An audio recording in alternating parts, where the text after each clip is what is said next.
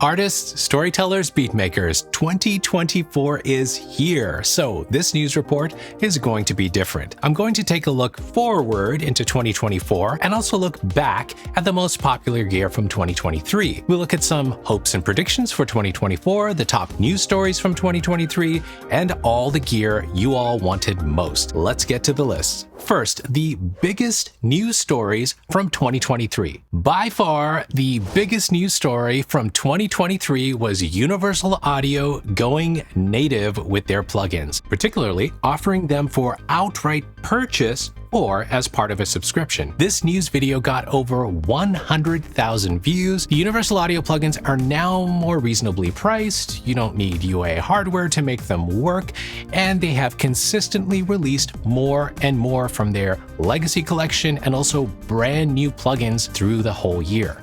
Now, I want to highlight one story I thought would be bigger, but it wasn't.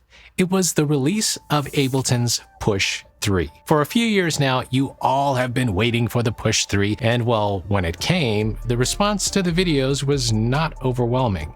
Maybe the new Push looks too much like the old one. Maybe the new features were not exciting enough. Let me know what you think of the introduction of the Push 3 in the comments below. Was it what you were hoping for? By the way, these lists are just for fun, no scientific formula or anything. They're loosely based on my video views and comments. In 2023, this channel gained over 7 million new views and nearly 500,000 hours of watch time. All right, next list. The gear you all wanted most in 2023 based on my video views. Based on views, the gear you were looking for most was keyboards. For MIDI controllers, the Akai MPK Mini Mark III topped the list with over 200,000 views in 2023 alone, and that video came out 3 years ago. But the video with the top views this year was the Rhodes Mark 8. The Mark 8 is the latest hardware Rhodes, and even given the retail price of this thing, you all couldn't get enough. The top two new keyboard controllers of 2023 are the Native Instruments S88 Mark III and then the Arturia Keylab Essential Mark III. These two keyboards are very important. In fact, the Native Instruments S-Series Mark III was predicted by you all last year, and well, we didn't get all we had hoped for. No drum pads on it yet. The Arturia Keylab Essential marks a very interesting update from Arturia. They put a larger screen with more features on it, even more than their flagship Keylab keyboard, which means there will probably be an update to their flagship keyboards coming soon. More on that later in the video. The audio interface that you were most interested in was the Focusrite Scarlett 4th generation, and the plugins that topped the view list were the Native Instruments Complete 14 bundle and, of course, the Universal Audio native plugins I mentioned before. An exciting new category I'm starting to track is the interview that got the most views, and this year it was my interview with Kashmir. That video is nearly 40 minutes long, and several of you already commented that you've watched it multiple times. Don't miss that video, it's amazing. By the way, I see that around 70% of you watch regularly but aren't subscribed to my channel. It would be awesome if you hit the subscribe button. It's free, and I'll be bringing you more new plugins, hardware, and news in the new year. And of course, reviews, comparisons, and tutorials as well. Okay, next up are some predictions and hopes for new gear in 2024. But before I get to that, a quick word from today's sponsor, DistroKid. If you're making a New Year's resolution this year, it should be to get your music out to the world. DistroKid lets you upload your music to Spotify, Apple Music, YouTube Music, pretty much everywhere. Best of all, they make it really easy. Just upload your track, add some artwork, and they do the rest. DistroKid also collects earnings for you when your listeners play or purchase your music. And they help you market your music with tools built right in. A hyperfollow page lets you share your latest music with your friends on Facebook or anywhere you can share a link. And they can easily follow you to get notified of your upcoming releases. I've actually created 2 dedicated videos on DistroKid to give you all the details about how it works. You can watch those videos right here. And if you're ready to sign up, I'll include a link in the video description that will give you 7% off your first year of membership. So what's coming in 2024? Based on your replies to my questions and also what I'd like to see, here are 10 10 hopes and predictions for 2024. First on the list is an updated Arturia Keylab. The one I'm talking about here is their flagship keyboard. The current Mark II version of this keyboard came out in 2018, so we are long overdue for an update.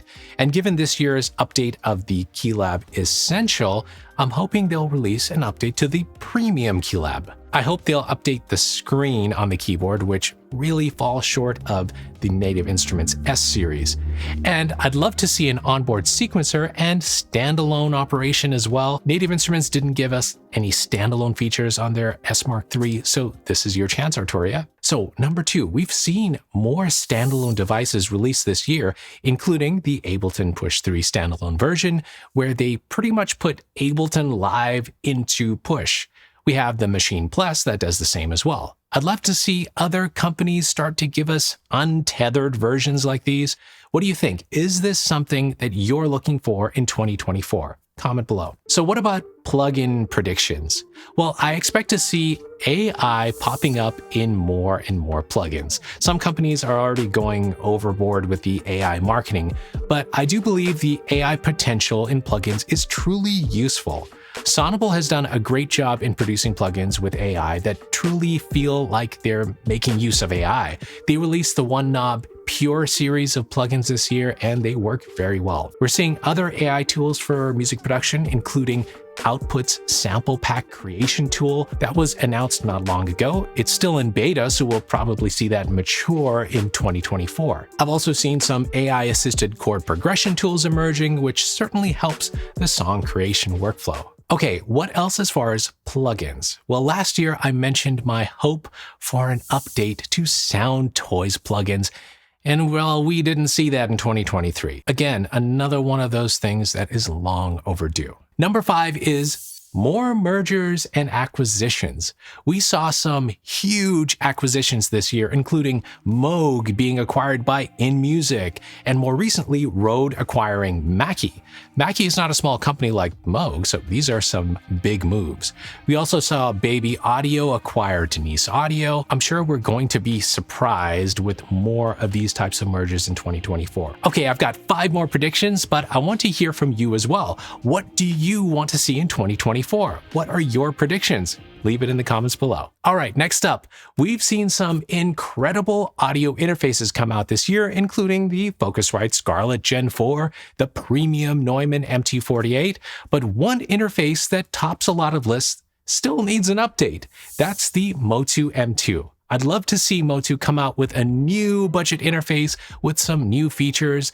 They may want to join the auto gain trend or give us some other preamp flavors built in.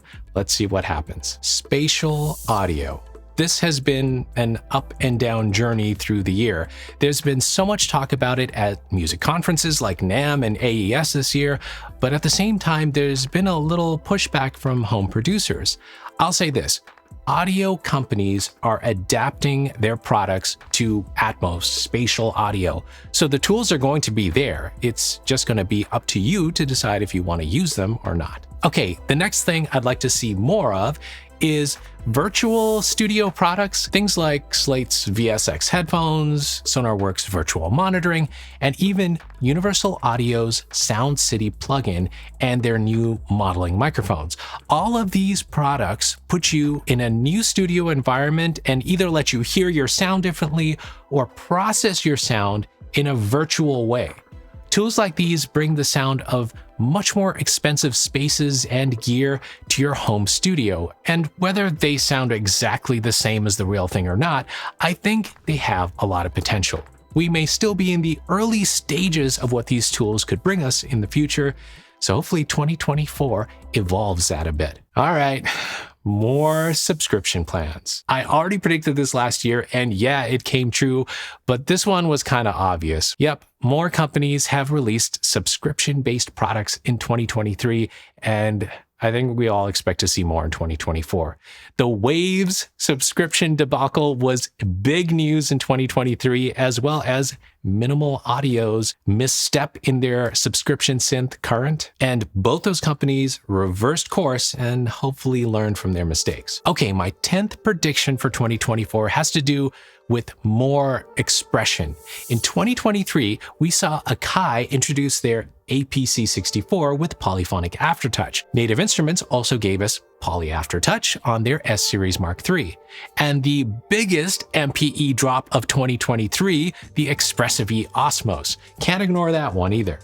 I think we're going to see more devices with MPE capabilities in 2024. Hopefully companies expand on MPE and MIDI 2.0 capabilities. You know, I'll keep you updated on everything right here. Bonus, okay, maybe two bonuses. There's one product that desperately needs an update, the Novation SL. We need a Mark IV of this keyboard. This was a powerhouse MIDI controller, and we definitely need another. And another product you all really want is the Machine Mark IV. All right, that's it for the hopes and predictions for 2024. If you'd like to watch the best videos I released in 2023, you can watch them right here. Here's wishing each of you success in the new year with your music.